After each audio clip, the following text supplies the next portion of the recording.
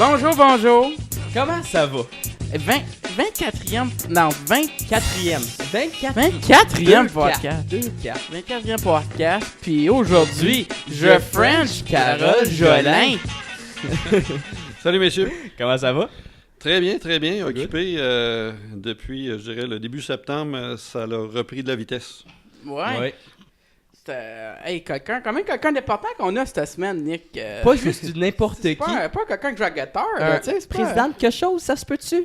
Supposément qu'il est haut placé. Pas... De la faux, ça dit-tu quoi? Ça me dit quelque chose. Ça dit-tu quelque chose? Ouais, président de la faux.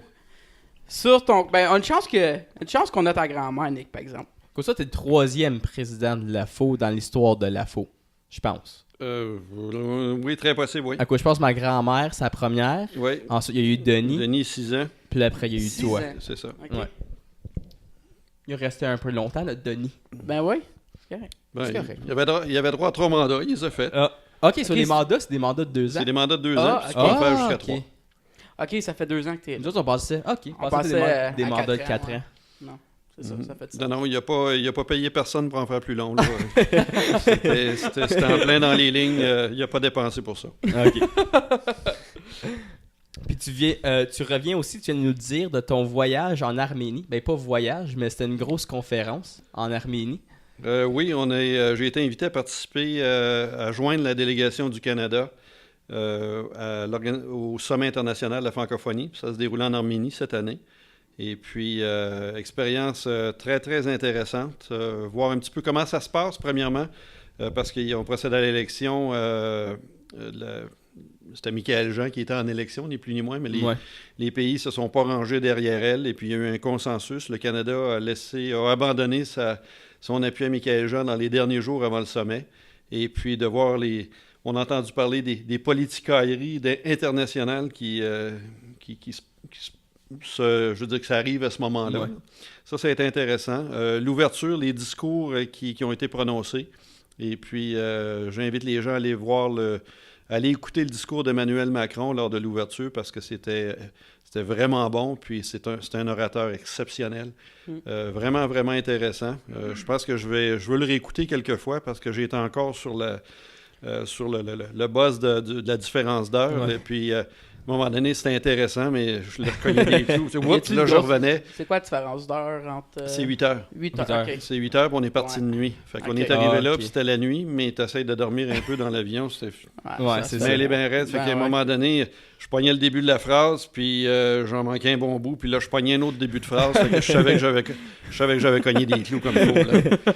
Fait qu'à un moment donné, moi, j'avais juste des débuts de phrases dans ce qu'il disait, là. Mais puis les Français, ils font des phrases qui sont longues. Hein. Mm-hmm. Ils partent, tu sais quand ça commence, mais tu sais pas quand ça arrête. D'ailleurs, dans sa discours, il a dit « Et en terminant », ça a été il y a eu encore 15 minutes de discours. Ça, si vous disiez que vous avez manqué à moitié, mais c'était quand même bon, ça doit être un bon. Alors, allez regarder ça. Oui, je vais aller le réécouter. Et puis, ensuite, on a participé à des rencontres. On a rencontré le recteur de l'université francophone en Arménie. Ah, OK. Et puis, c'est assez spécial ce qu'ils font comme programme. Et puis, un peu plus tard, on s'est rendu, on avait une genre de cérémonie, mais pas cérémonie, mais une genre de rencontre le midi avec les gens, délégation canado-arménienne. Donc, c'est des gens de l'Arménie qui ont un pied au Canada pour les affaires, ou bien ils demeurent ici un bout de temps, puis ils retournent en Arménie, puis ils se promènent, ils font de la business. Donc, c'était la diaspora arménienne. Et puis, M. Trudeau était là, Mme Mélanie Joly était là également. Donc, il y avait des grosses pointures. Et puis, ça a été une occasion de, remercier M. Trudeau pour la nomination d'une deuxième personne franco-ontarienne au Sénat, parce que ça s'est fait juste avant qu'on parte. Mm-hmm. Et puis également de parler d'un dossier au niveau du financement du plan d'action pour nos organismes communautaires. Donc, c'était l'occasion de passer des points de vue. Et puis, en revenant, juste ça a fait le voyage. C'est que j'ai pu avoir 5 minutes avec M. Trudeau dans l'avion. Et puis, un petit peu plus tard, Mme Joly est venue s'asseoir avec le président de la FCFA, Jean Johnson, et puis moi-même. Puis on a jasé de francophonie, puis de plan d'action, puis d'immigration francophone, puis de tout ce qu'il y a dans le plan, puis des programmes qui s'en viennent. Wow. Et puis, ni plus ni Discussion moins, qu'elle c'était avait pas tous les jours. une consultation qu'elle faisait, ni plus ni moins. Ouais. Donc, juste ça valait la peine Ben parce ouais, que certain. avoir un rendez-vous avec une ministre au fédéral, tu te prennes de bonne heure puis tu as des bons contacts. Ouais. Puis le PM, oublie ça, là, c'est un autre planète. Oui. Mais vous étiez-tu tous sur le même avion? Y avait-tu un avion genre équipe Canada qui serait en Arménie? On était dans l'avion du gouvernement du Canada. Ok. La première section en avant, c'est les quartiers du premier ministre. OK. On se fait dire, il y a un lit là-dedans, un salon, une cuisine, toute l'affaire, la douche, le bain tourbillon, j'imagine.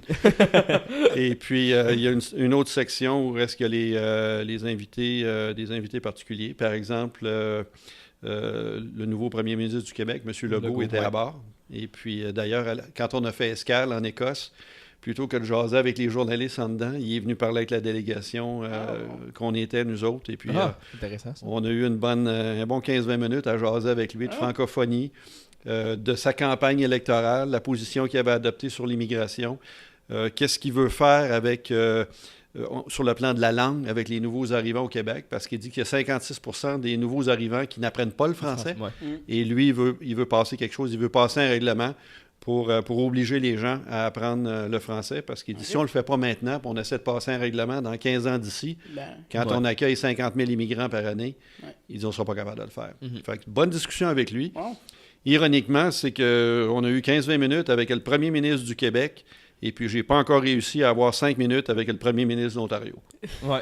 C'est un peu plus dur à avoir, lui, je pense. C'est un peu moins ouvert. Donc, on travaille encore sur ça. Ouais, j'ai hâte d'avoir cette conversation-là. En Arménie, je savais pas, mais il y a quand même, c'est quoi, c'est 2% de la population qui est francophone? C'est 0,6%. C'est pas 2 Aïe, du aïe. tout. Non. C'était pas 2 Sur une population de 2,5 millions, ça veut dire à peu près 20 000 francophones. Puis vous avez dit qu'il y a une université franco-ontarienne. Université Pas Université franco-ontarienne. francophone. Francophone, ben oui. On va commencer par établir la nôtre à Toronto, puis on verra s'établir en Arménie après. Là. Mais, et puis, 80% des gens qui s'inscrivent à l'université à la base ne parlent pas français. OK. Ils sont très axés vers les langues. Et puis, les gens sortant de là en 4e année vont parler 3, 4, 5 langues. Wow. Et puis, c'est assez étonnant la clientèle que ça amène. Et puis, lors de la rencontre qu'on a eue avec la diaspora, il y avait un étudiant qui était là. Et puis, qui me disait candidement, moi, je parle 4 langues. Et puis, donc, je parle l'arménien, je parle le russe, je parle l'anglais, je parle le français. Puis là, je suis en train de travailler sur l'allemand. Ouais. Puis j'ai dit, ça doit être un étudiant de 4e année, ça. Fait que on parle Georges. J'ai dit, en quelle année t'es? Il dit, je commence ma première. Aïe, aïe. Ouais. Fait que les jeunes qui sortent de ce programme-là parlent couramment plusieurs langues à ce moment-là. Et ça ouvre toutes sortes de possibilités à l'international. Et puis, ils veulent garder ces gens-là aussi en Arménie pour qu'ils puissent travailler dans toutes sortes de domaines, que ce soit au niveau de la haute technologie, que ce soit au niveau de l'économie, du commerce international. Donc, c'est une belle pépinière en ce sens-là. C'est intéressant qu'en Europe, il y a beaucoup de personnes qui sont capables de parler plus qu'une langue, genre, à cause il y a de la proximité avec tellement de différentes cultures, puis tellement de différentes langues, genre, puis c'est pas rare que il peut parler 3-4 langues, puis c'est pas Exactement. rien. Ben C'est ouais, les autres, c'est tu dis bien 3-4 langues. C'est normal. Nous autres, on en a 2, puis on a de la misère à les faire respecter et à les faire appliquer partout. C'est ça. Eux autres, ils en parlent 3-4, puis c'est tout à fait S'il y a naturel. absolument rien là, ben ouais. Tu rentres une place, puis tu dis, bon, puis même en se promenant autour, on pouvait se faire servir quand même assez facilement en anglais.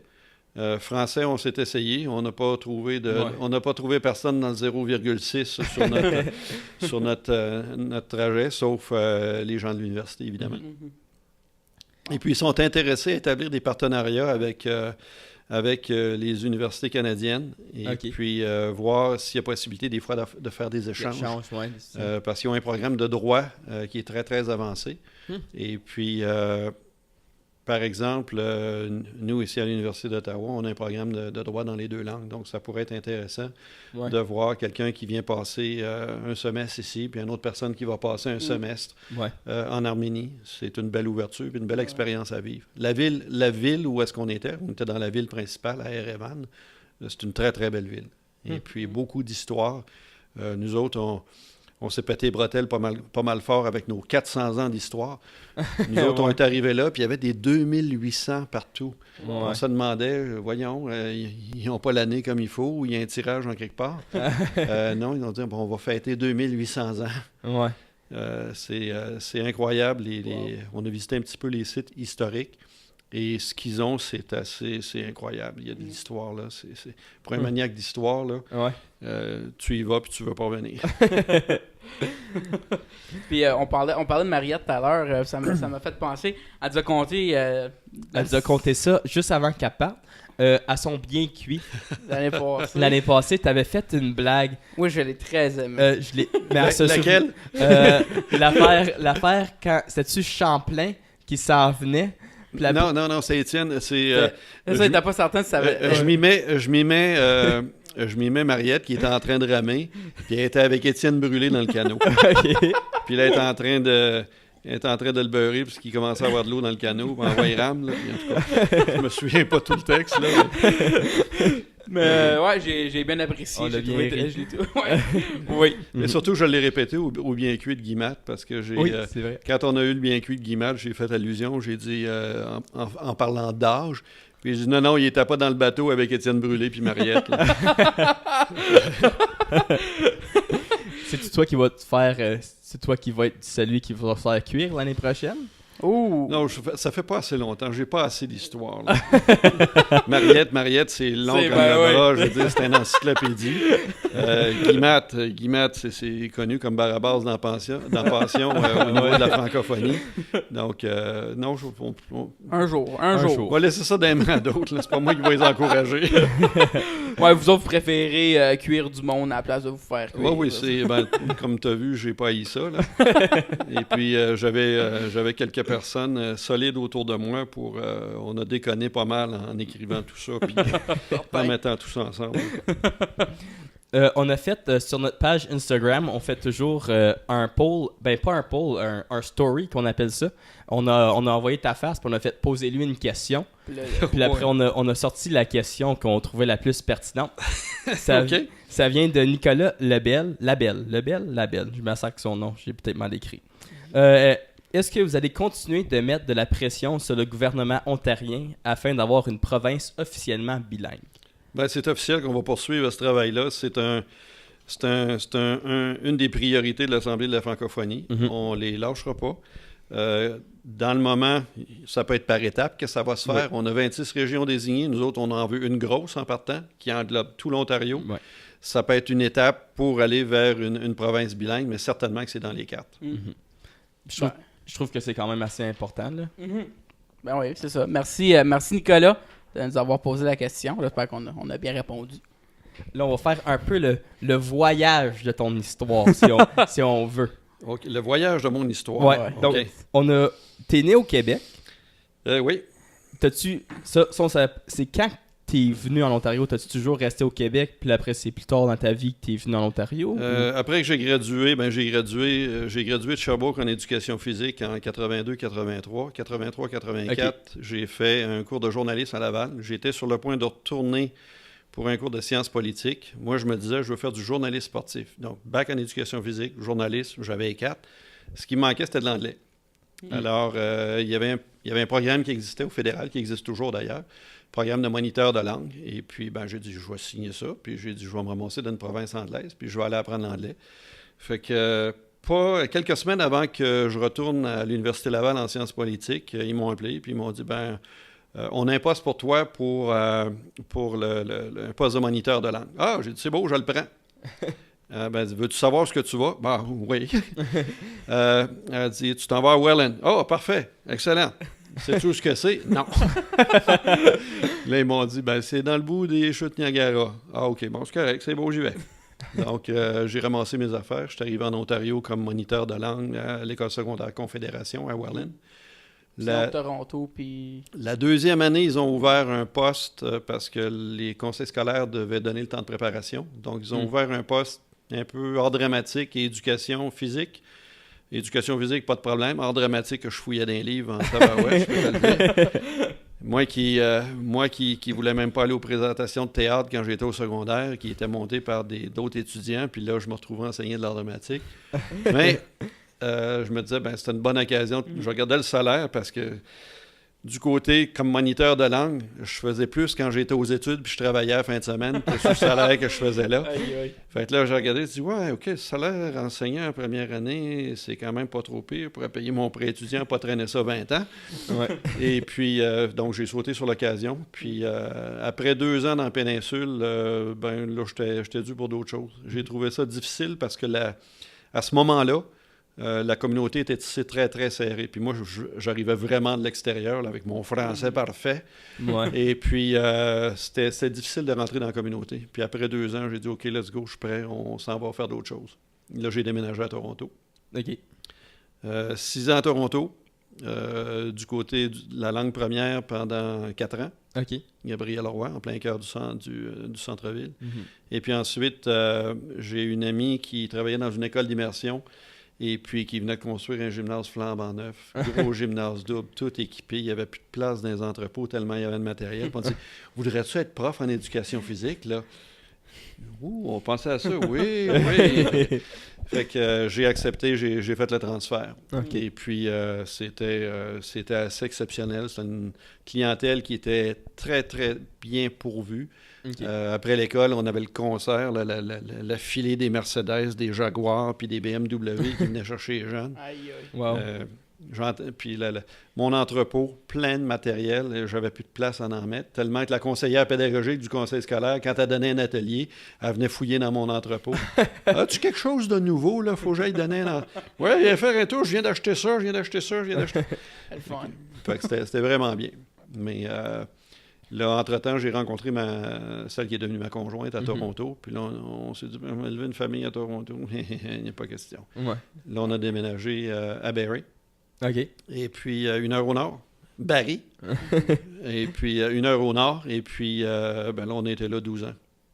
OK. Et puis, déménagement en Ontario en 2003. Donc, ça fait 15 ans qu'on est... Déménagement à Ottawa, je veux dire, en 2003. Donc, on est à Ottawa depuis 2003. OK. Wow. Puis ça, à travers ça, bien, 24 ans d'implication syndicale. OK. Puis c'est comme ça que tu es devenu président de l'Association des enseignants franco-ontariens? Oui, je me suis impliqué. J'ai commencé à l'étage en bas, là, je dirais, là, au niveau comme délégué dans une école. Oui. Puis Ensuite, avec les formations, plus d'implication, exécutif provincial, présidence locale, parce que j'ai été au Centre-Est catholique l'unité Centre-Est catholique pendant 5 ans comme président local. Mhm. Puis ensuite, à la présidence provinciale pendant 4 ans. Mais tu étais prof... Je trouve ça intéressant que tu as une carrière politique, mais qu'avant, comme ton bac principal, c'était enseignant de gym. Ah, c'est tout un parcours. Les gens qui ont gradué avec moi, puis même au secondaire, puis tu leur dirais aujourd'hui, qu'est-ce que je fais? Non, c'est pas le même gars, là. Vous vous trompez, il y a un jumeau qu'on ne connaissait pas ou quelque chose, là. C'est pas lui pantoute, là. Ouais, on aurait la même réaction si on pointerait un de nos profs de gym rendu... Ouais. Mais d'un autre côté, tu vois, j'ai vu des conseils scolaires où il y a plusieurs enseignants en éducation physique qui se retrouvaient à la direction. Pourquoi? Ça, c'est Leadership, vrai, organisation. c'est vrai. Leadership, organisation, les gens sont premièrement à cause de juste d'entraîner des équipes, puis tu t'en vas un peu partout, puis tu rencontres du monde. Fait on passe pour être assez sociable aussi. Ouais. Donc, c'est juste que moi, j'ai pris une voie syndicale à un moment donné. Ouais. Puis après avoir été président de l'AEFO, c'est-tu là ensuite que tu as donné ta candidature pour devenir président de l'AFO? Oui. C'est à partir de ça. J'avais siégé à l'AFO quelques années avant, quand le conseil d'administration avait 23 personnes. C'est moi qui avais le siège de l'éducation, donc je connaissais l'ouvrage de l'AFO. Okay. Et puis, d'ailleurs, quand l'AFO a décidé de diminuer la grosseur de son conseil d'administration, j'ai voté pour abolir mon propre poste, ni plus ni moins. C'est en plein ça qui s'est passé. On est passé de 23 à 11. Et puis, quand je terminais mon deuxième mandat à la présidence provinciale de l'AEFO, je savais que Denis Vaillancourt se retirait. Il avait complété ses 3 mandats. Je savais que le poste était disponible. Je connaissais les mandats de l'AFO. Et puis, celui de la présidence, c'est principalement politique et représentation. Et puis ça, je l'avais fait pendant 4 ans avec l'AEFO au niveau provincial, puis même au niveau local, je m'étais impliqué sur le plan politique. Okay. Donc, j'avais déjà mes contacts à Queen's Park, je connaissais un paquet de monde à Queen's Park, donc c'était pas On n'avait pas beaucoup de relations étaient déjà établies à ce Ouais. moment-là.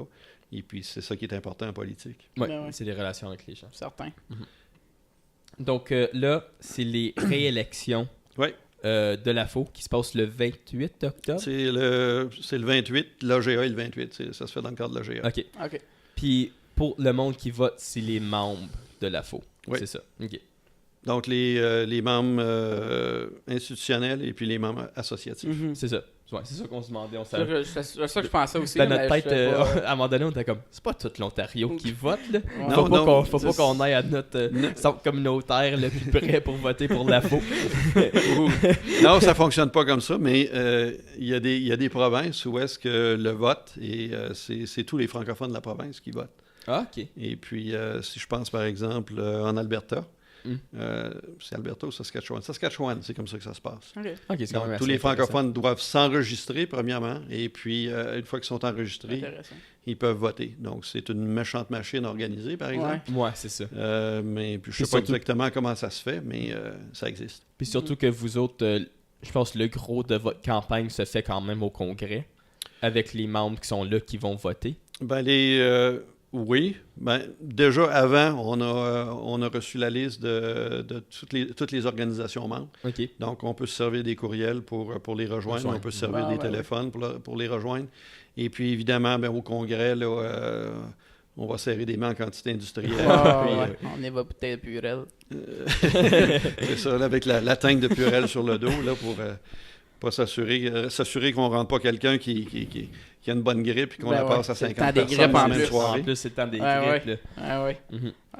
Là, on voudrait plus s'axer sur les enjeux importants pour l'Ontario français. Quand on sait que l'Ontario, les nombres, c'est 640 000, c'est ça, franco-ontariens? Ah, on s'en va là, c'est 122 340. OK.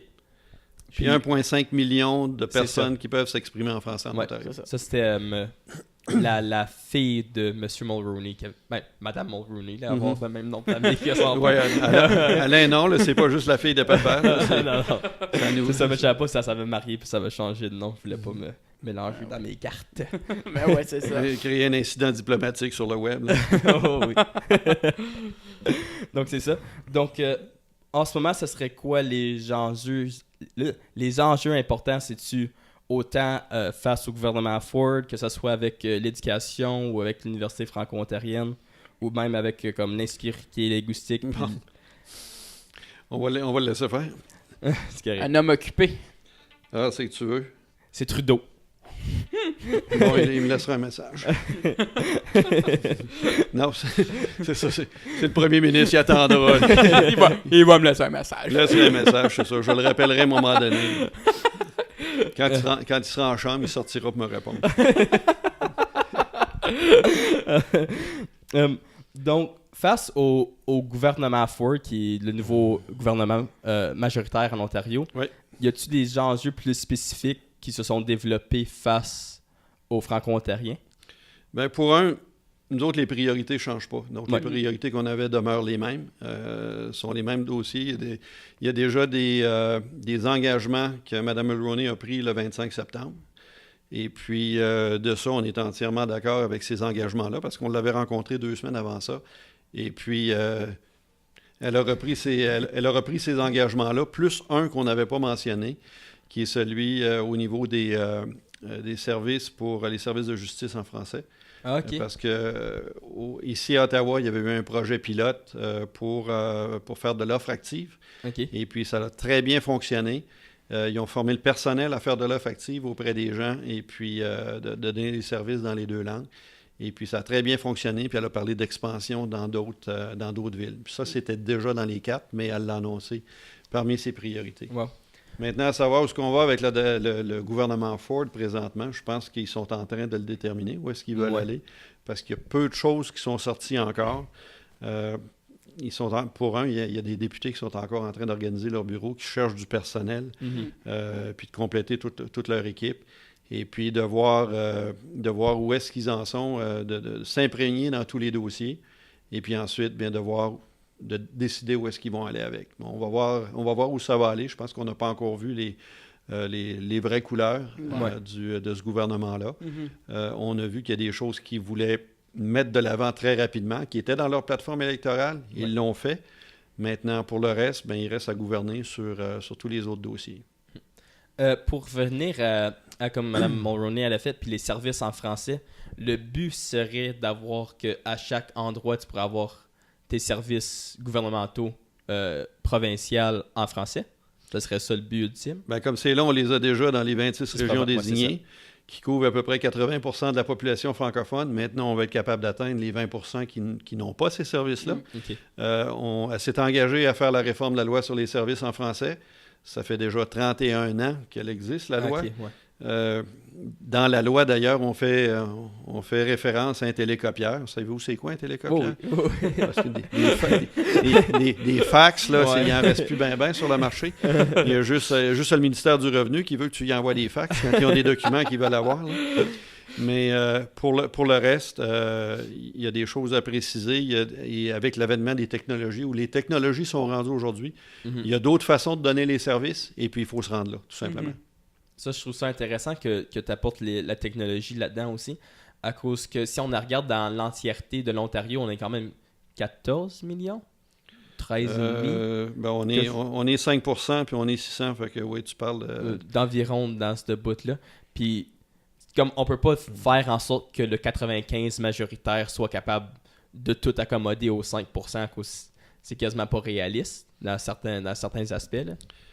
Ben, moi, je crois aujourd'hui, on parlait de technologie, puis c'est ça que je trouve. peu importe où ce que tu te retrouves, il y a moyen de te connecter en quelque part pour être capable d'avoir le service, même si tu es dans une région éloignée. Mhm.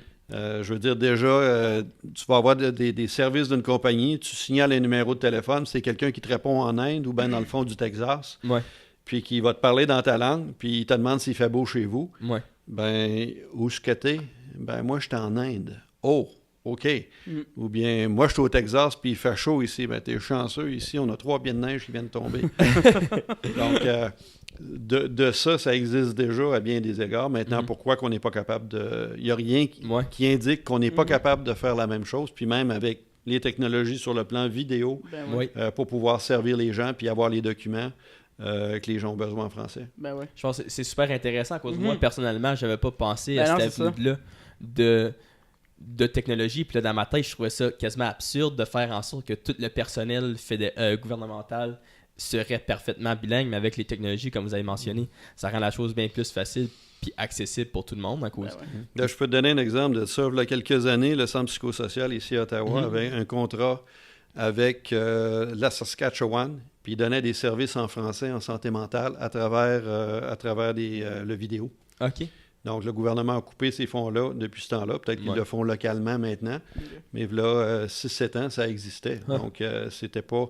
tu avais des étudiants qui étaient dans des écoles francophones, qui étaient purs francophones, qui avaient des besoins de services en santé mentale, puis on a établi un partenariat avec le centre ici à Ottawa. Donc, c'est pas des choses impossibles à faire. Ben ça. Ouais, non, vraiment pas. Et puis ça s'est encore amélioré depuis ce temps-là. Ben oui.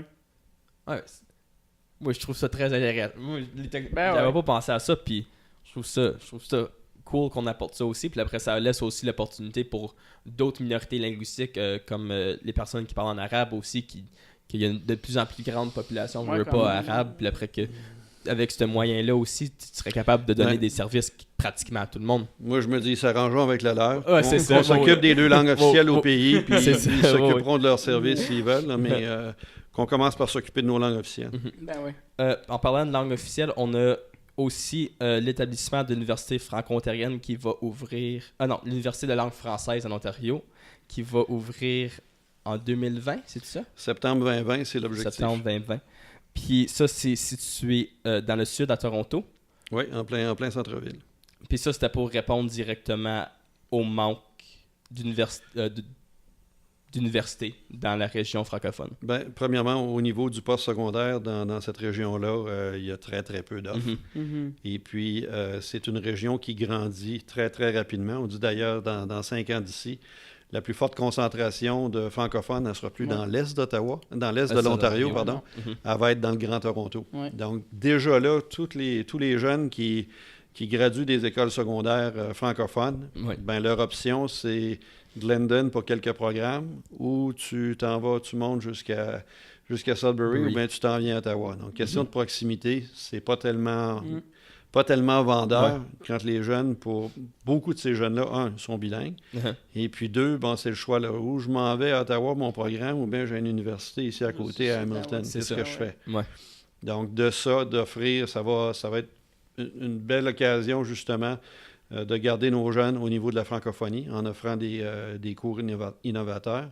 Deux, d'attirer une clientèle internationale, parce que toutes les universités ont des étudiants internationaux, et puis Toronto est un pôle d'attraction, parce que si tu vas en France, ou bien puis tu leur parles d'université francophone, puis tu dis qu'elle est à Toronto, ça a un cachet. Oui.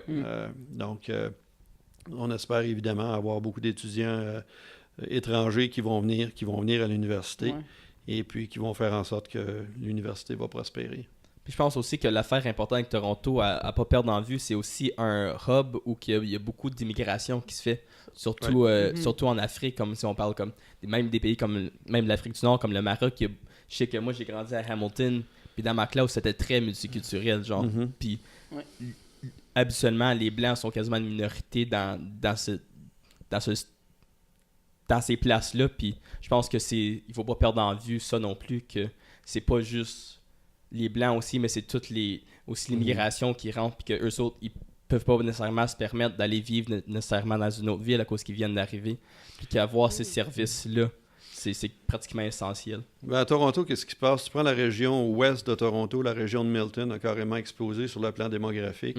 Et puis les deux conseils scolaires, autant le catholique que le privé, il était rendu qu'il ouvrait une école élémentaire à tous les 2 ans, puis une école secondaire à tous les 4 ou 5 ans. Donc, sur ce plan-là, énormément d'immigration qui arrive là. Et puis, on va peut-être on travaille pour en avoir davantage encore, parce que ça a été annoncé tôt ce printemps. Nous allons avoir un bureau francophone pour recevoir les nouveaux arrivants à Pearson, à Toronto. Parce que ce qui se passait comme c'est là, les gens arrivaient, passaient par immigration. À la bonne volonté d'immigration, s'ils se rendaient compte que les gens étaient capables de baragouiner quelques mots d'anglais, on cochait anglais sur les formulaires et on les envoyait vers les services en anglais. Alors qu'en ayant un bureau francophone pour faire l'accueil à Toronto, on va s'assurer qu'on est capable de les aiguiller vers la communauté francophone, vers les écoles francophones, et en même temps, la possibilité de leur faire connaître qu'il n'y a pas juste Toronto, là. Et il y a énormément de travail qui se fait dans les régions pour présenter les possibilités au niveau des services, au niveau de l'emploi, les coûts au niveau de l'hébergement. Parce que tu veux rester à Toronto, là. Ça coûte un bras. Quand j'ai travaillé avec l'ACFO de Stormont Dundas Gary cet été, puis on a beaucoup exploré ce côté-là aussi d'immigration, puis on a développé des outils pour les nouveaux arrivants quand ils arrivent, où ils peuvent aller voir chercher de l'aide, toutes les informations. Exactement. Puis de ça, je pense que c'est pas juste Toronto qui est sensibilisé, c'est tout l'Ontario qui est sensibilisé, qui veut accueillir de l'immigration. Parce qu'on en a besoin sur le plan économique. Il y a énormément d'emplois disponibles en Ontario à tous les niveaux. Et puis, on a besoin de cette immigration-là. Et nous, les francophones, on a besoin encore davantage parce qu'on veut maintenir notre poids démographique à 5 %. Comme c'est là, notre immigration est à 2,4 à peu près. Et puis, on a besoin de plus d'immigrants si on ne veut pas perdre notre poids démographique. Ça veut dire l'accueil, la rétention, l'intégration dans nos communautés. Et puis, on est rendu là, les gens sont prêts à le faire. Puis avec l'université j'appelle toujours l'université franco-ontarienne, mais je comprends pourquoi ils l'ont pas faite, je pense. Ça fait UFO. Je pense que c'est la seule raison qu'ils l'ont pas faite. L'acronyme est pas très belle, puis ils se font traiter d'ovnis. Ça fait quoi? On en a tous parlé, mais on n'a pas vu personne. Mais avec les programmes, je sais que j'étais allé voir sur le site web, je sais pas si tu as eu un mot à dire ou si tu es connaissant avec les programmes, mais ça dit tout que c'est des programmes innovateurs. veux-tu nous expliquer un peu ce que ça veut dire? Je connais pas plus je sais à peu près dans quoi ils veulent s'orienter. Ils veulent s'orienter au niveau du commerce, au niveau du marketing. J'espère qu'il va y avoir une faculté d'éducation parce qu'on en a besoin pour avoir des enseignants et des enseignantes francophones.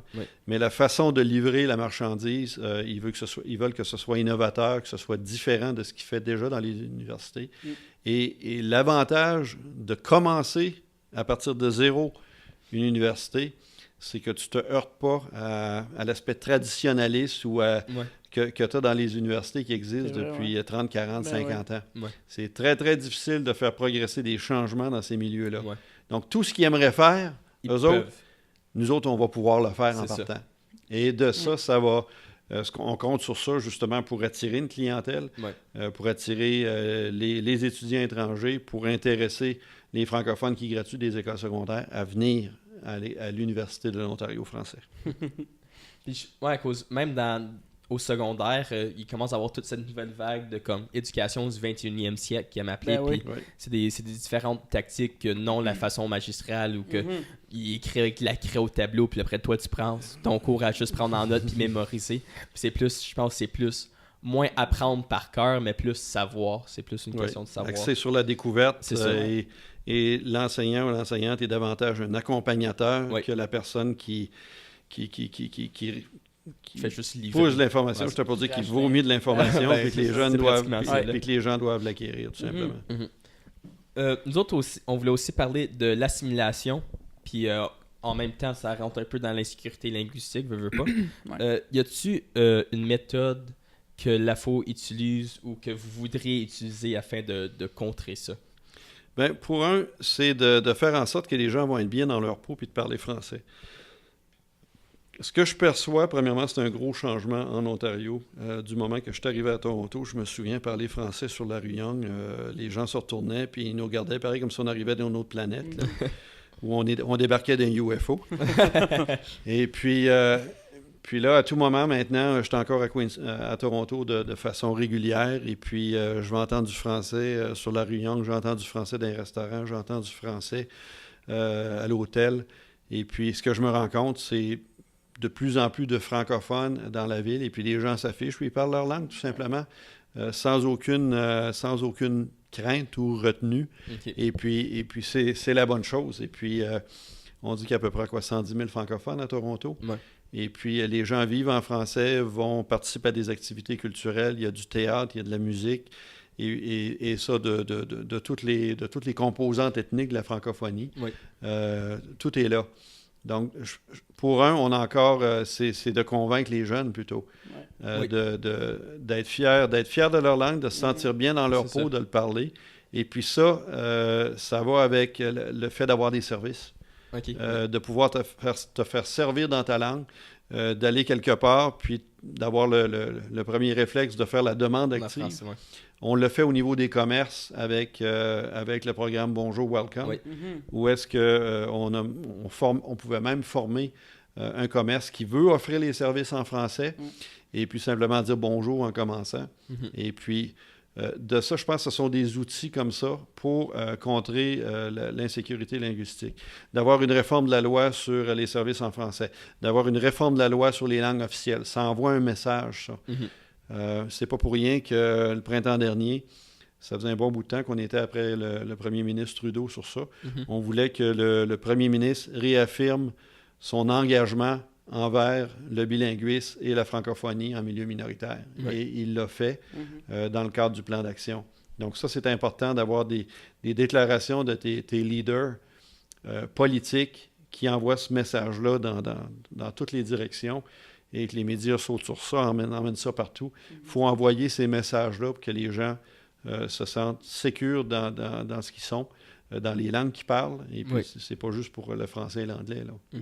Puis je pense que c'est aussi un mouvement, je veux pas dire d'époque, là, mais je veux pas parler de comme les 2010 comme une époque, mais je pense qu'on commence à avoir une plus grande conscience sociale, puis qu'on est de plus en plus accueillant en tant que communauté puis en tant que personne, surtout au Canada, puis que les différences sont maintenant comme acceptées puis sont même, c'est comme rendu une qualité, puis c'est pas un défaut d'avoir comme, on va dire que tu parles un peu moins t'as un plus grand accent anglophone quand tu parles en français qu'on va dire quelqu'un de l'Est, mais ça veut pas dire que tu parles moins bien le français ou qu'on devrait te juger sur ta capacité de parler à cause que toi, dans ta région, il y a beaucoup plus d'anglais qu'on va dire quelqu'un en brun.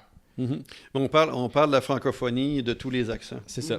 Et puis, c'est comme ça que ça se passe. Puis pour les jeunes qui vivent ça à l'élémentaire, pour eux autres, il n'y a pas de différence. Exactement. C'est ça.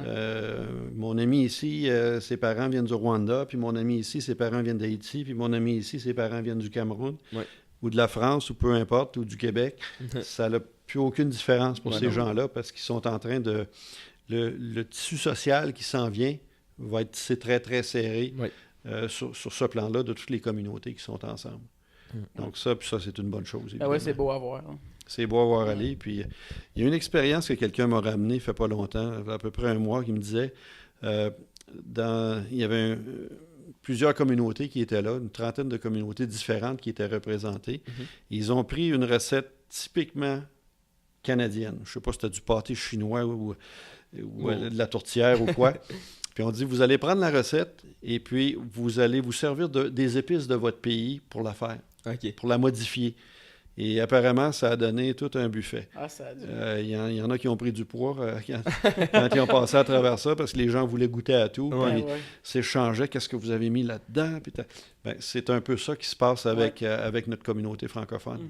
Ce genre de culture. Oui, exactement. Exactement. Ouais. Puis tu as une certaine base qui est là, mais elle est modifiée de toutes sortes de façons. Puis elle a beaucoup de saveurs. C'est exact. C'est très on n'aurait bien pas. dit. Ça, c'est très bien dit. Oui, ça, c'est une belle image. Une belle image. Je devrais écrire un livre.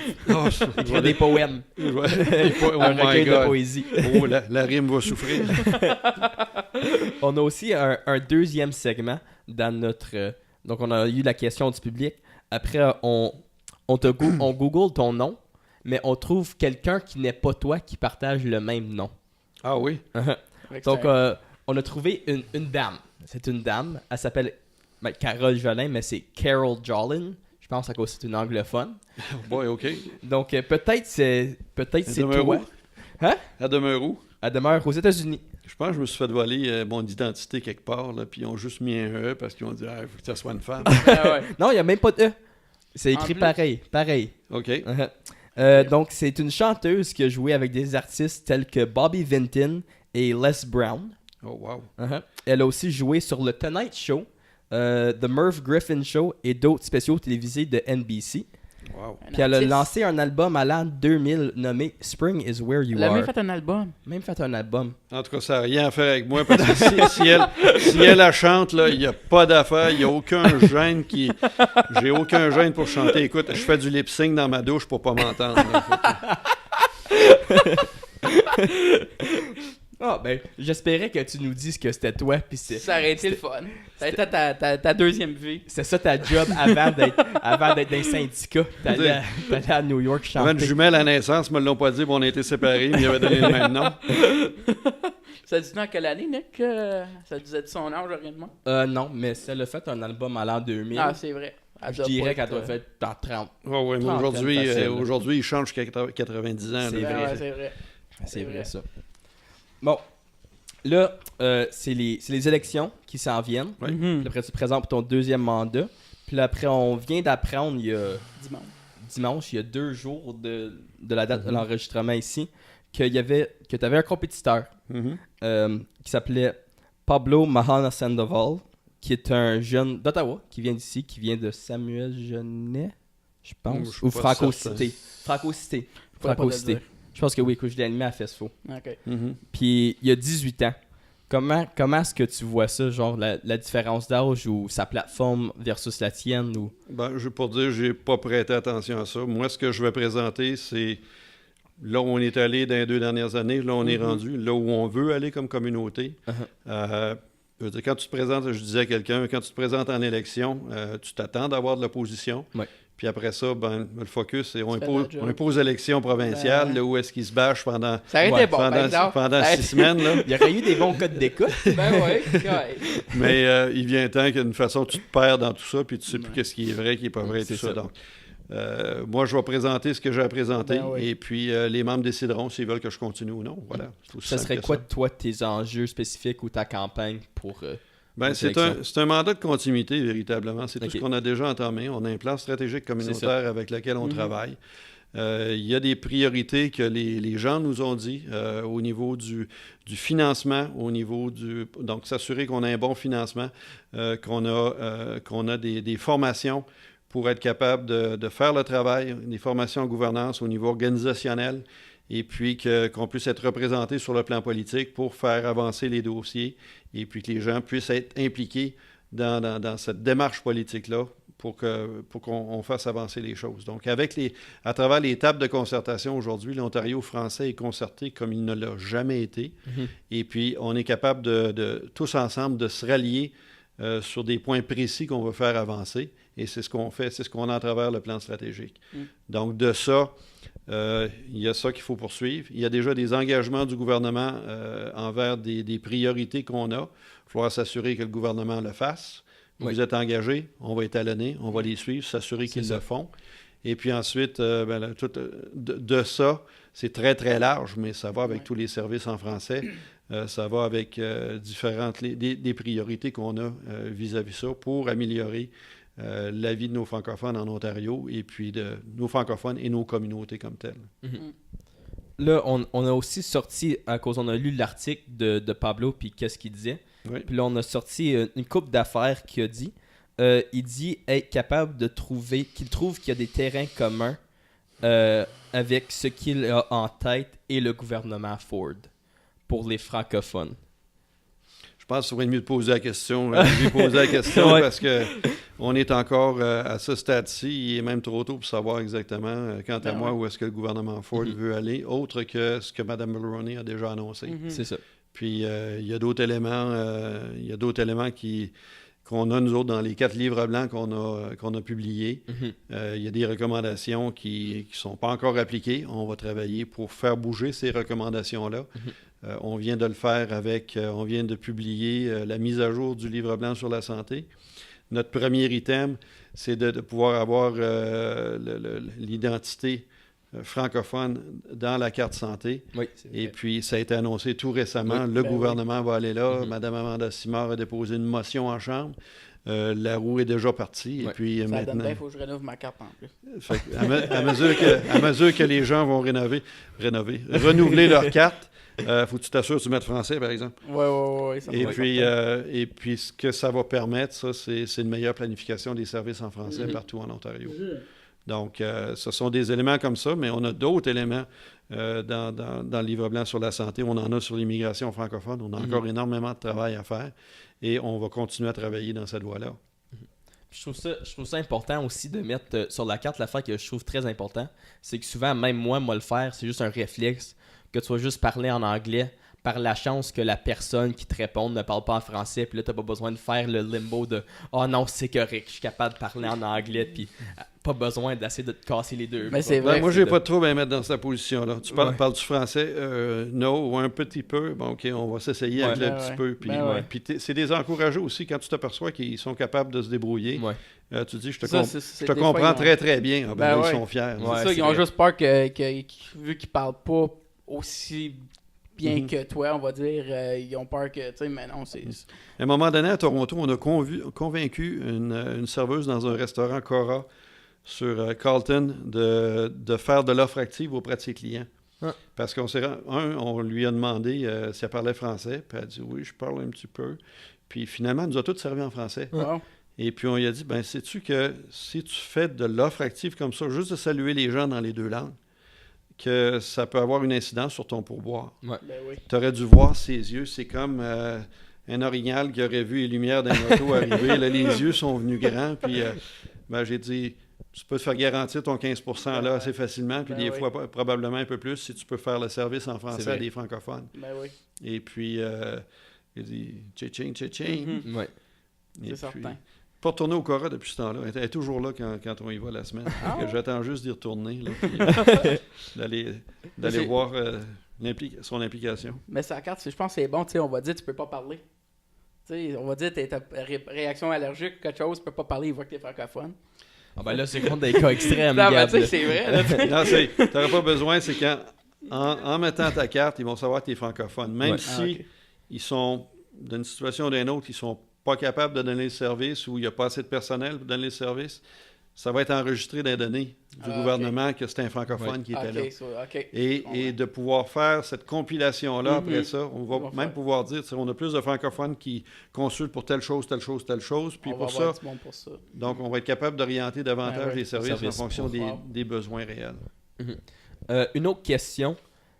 Où penses-tu l'importance de la jeunesse dans tout ce qui est rapport avec la FO ou avec la vitalité de la langue, de la culture en Ontario? Ben écoute, premièrement, on a un siège autour de notre conseil d'administration pour la jeunesse. Okay. Et il faut que la jeunesse soit à bord, c'est officiel. On a beaucoup de relations avec le REFO et puis la FESFO. On en a à travers la FCFA avec la FJCF. Donc, pour ça, c'est important. Si tu veux avoir ta jeunesse, c'est la relève. Les relèves. Moi, je dis la relève. Ils sont déjà là. Ils sont déjà impliqués à plusieurs niveaux. Mais ces leaders-là qui vont impliquer leurs membres des différentes organisations, c'est important qu'ils soient à bord. Sinon, tu as une coupure à un moment donné dans le temps. Puis tu te retrouves, comment ça, qu'il n'y a plus personne qui s'implique. Puis tu te retrouves un petit peu comme ce qu'on a vécu avec le règlement 17. Là, il y a eu un événement qui, à un moment donné, il n'y avait plus de francophones. Ben là, tu te retrouves avec une section que tu n'as plus de leadership qui s'en vient, tu n'as plus de gens qui s'impliquent puis qui font bouger les dossiers. Donc, de ça, extrêmement important. Je trouve que c'est très important d'avoir cette relation-là entre la nouvelle génération, puis je veux pas dire l'ancienne génération, là, je veux pas pitcher le monde dans des cimetières quand même, là, mais c'est juste avoir ce lien-là pour voir comment ils font, voir c'est quoi leur contact, rentrer en contact avec ces gens-là, puis là pour ensuite être capable d'un jour prendre leur place, puis continuer le travail qu'eux autres ils ont mené, puis après continuer à le mener, puis faire de même avec les prochaines générations qui arrivent. Exactement. Puis d'ailleurs, on a besoin de cette relève-là, parce que je regarde les leaders au niveau communautaire qu'on a un peu partout. La moyenne d'âge est pas mal élevée. Puis il y a des endroits, malheureusement, où la vie de cette organisation-là dépend de quelques personnes. Puis ces gens-là sont en train de vieillir. Puis à un moment donné, ils deviennent malades ou pire, ils sont décédés. Puis l'organisation meurt parce qu'il n'y a plus personne pour prendre la relève. Ça, c'est dramatique quand ça arrive dans une communauté. Puis encore pire quand ça arrive dans une petite communauté qui est plutôt isolée. Là, c'est vrai que tu n'as vraiment plus rien. Fait que ça, c'est dramatique pour la francophonie ontarienne. Moi, je pense que ça fait le tour de nos questions. T'as-tu quelque chose que tu veux rajouter? Qu'on n'a pas touché ou... Qu'est-ce que je veux rajouter? Une passée du jour, une blague. Une blague? Oh boy, non, je raconte pas bien de blague. Je participe à des bien cuits. Là. Ça, on a bien du fun dans ce temps-là. Là. Mariette s'en souvient d'ailleurs. Mais non, pas du côté farceur trop. Là. De quoi vous voulez... Y a-t-il quelque chose d'autre que vous voulez parler ou quoi? Je pense pas. Moi, ça fait le tour de mes... c'est plus toi qui as posé les questions, Nicolas, mais tu as fait le tour de mes questions. Moi, je pense que je suis très satisfait. Bon, ben tant mieux. Excellent. On te souhaite bonne chance dans les bons succès. Bon succès Merci. Si je serais membre, tu aurais mon vote. Mais je le suis pas, fait compte pas sur moi. Mais pour être membre, c'est quand même facile. Tu peux même être membre juste en ligne. Vous pouvez aller appliquer. Tu peux être membre comme membre individuel. Les gens peuvent signer comme membre individuel, mais les membres individuels, dans le moment, ne peuvent voter que pour leurs membres dans la région. OK. Et puis, c'est quelque chose que l'AFO est en train de réviser avec son comité de gouvernance, à savoir si on veut aller dans la direction de donner plus de pouvoir au niveau électif pour les membres individuels. Donc, c'est à l'étude comme c'est là au conseil d'administration. OK. Parfait. Ça fait qu'on se revoit à la GA ou on se revoit au prochain Bien Cuit. Oui. Certain. Mais ça, le bien cuit, ça va prendre encore... ça prend comme un an. Dans un an, on va se voir là. Le temps qu'ils décident qui vont retirer. Là. Le nom de François Boileau a commencé à sortir. Quand il était animateur, il disait « il me semble qu'il retirait bien, lui. » Donc, on va voir ce que ça va dire de ce côté-là. Merci beaucoup d'avoir accepté de venir s'asseoir sur le sofa à Mariette. Ça fait plaisir. Beaucoup. Oui, c'est une belle chaise. Chaise de Mariette. Oui. C'est la chaise de lecture, ça. Oui, c'est de valeur. J'ai pas de place dans l'auto. Très confortable. Je dirais, Mariette, je la tiens en otage. Si tu veux la revoir, tu payes tant. Merci beaucoup. Comme toujours, n'oubliez pas de liker la vidéo, partager, laisser des commentaires, des 5 étoiles. Nous sommes disponibles sur toutes les plateformes audio. Vidéo, c'est juste sur YouTube. Suivez-nous sur notre page Facebook, notre Instagram et notre chaîne YouTube. Abonnez-vous à toutes ces choses-là. Oui. on a aussi une question qu'on demande toujours à nos invités. oui. Puis c'est si tu avais à nous suggérer une personne à inviter sur notre podcast, tu nous suggérerais qui? Oh my God, on peut t'en suggérer une bonne série, là. Vite comme ça, Peter pourrait être intéressant, parce qu'il Peter Omenak, parce que ça fait quand même plus de 6 ans qu'il est à la tête de l'Assemblée de la francophonie. Eux autres, c'est des emplois, ils se font pas remplacer par exemple. Lui, c'est un c'est ça. Okay. On dit les DGRS et les présidences ne font que passer. Du côté, j'essaie de voir vite, là. Du côté du MIFO, ça serait intéressant d'avoir la direction générale pour parler.